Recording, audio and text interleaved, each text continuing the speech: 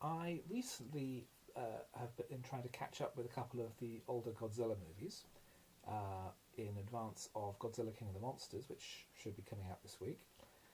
And you can watch elsewhere that I watched the original Godzilla, and I also recently watched the most recent, say the word recently more, the 2016 Japanese Godzilla film, Shin Godzilla, which is a full-on reboot of the series. All the previous Japanese Godzilla films are at least sequels to the very first one, if not part of a string of sequels. They frequently had soft reboots, counting the original film, but not any of the previous sequels. Shin Godzilla is right back from scratch. And just as the original film reflected fears in the wake of the bombing of Nagasaki and Hiroshima, the new film is in part, a satire on the bureaucratic response to the Fukushima disaster, where, if you recall, there was a tsunami which struck a nuclear power station. The nuclear power station went into meltdown. There was a huge catastrophe. It was a whole palaver, and a lot of people, I believe, were killed. But a main issue was that rescue efforts were paralysed by bureaucracy and committees and people trying to jockey for position and not actually do the necessary work. So a lot of Shin Godzilla is preoccupied with committees and people arguing.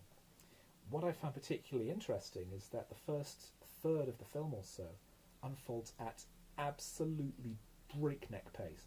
It feels like it's edited down to like previously on. It's that pace, it's that fast.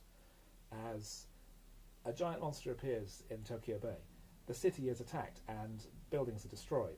The monster is mutating. There are committee meetings. There's chaos going on all over the place.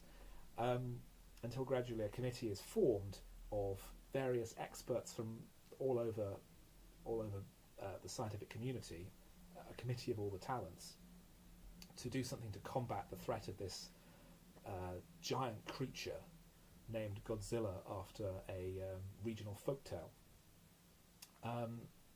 Something I thought of about the original film, which I didn't mention in the video, is that in that film Godzilla is an embodiment of death.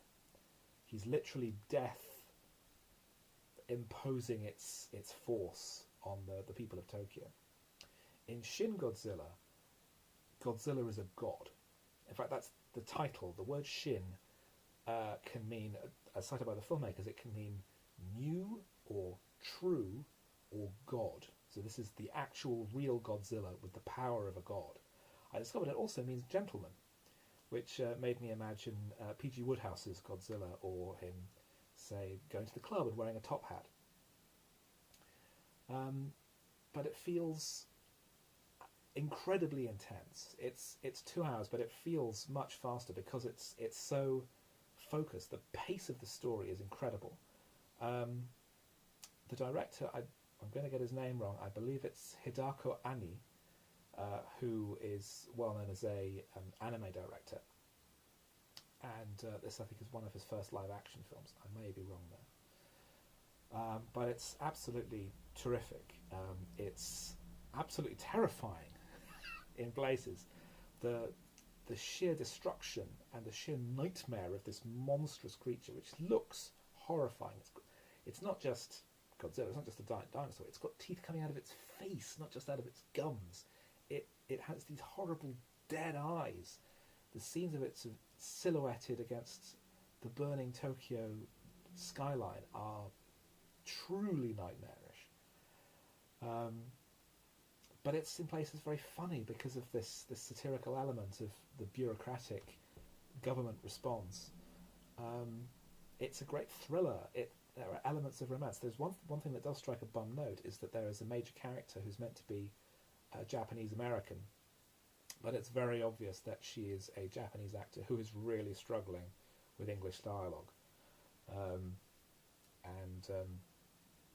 There are a number of English-speaking characters in the film, but they're very minimal because there's talk of the Americans getting involved, and a countdown towards the end. If Godzilla can't be contained by this time, then the Americans will just nuke Tokyo, which we, the audience, know will do absolutely nothing because Godzilla loves radiation. but the rest of the world is absolutely terrified that Godzilla is completely unstoppable. This godlike force of nature that will destroy the world. And the film ends with quite an impressive cliffhanger, one that is very different from anything I'm aware of in any previous Godzilla film. I hear, however, they're not planning on doing any direct sequels, which is a great shame because it's such a great film. I wish I'd seen it when it had come out in 2016. I wish I'd seen it in the cinema. It would definitely have been my top 10 of the year. And I recommend it very, very highly indeed. It is a fantastic horror, thriller, satire, you name it, it's great.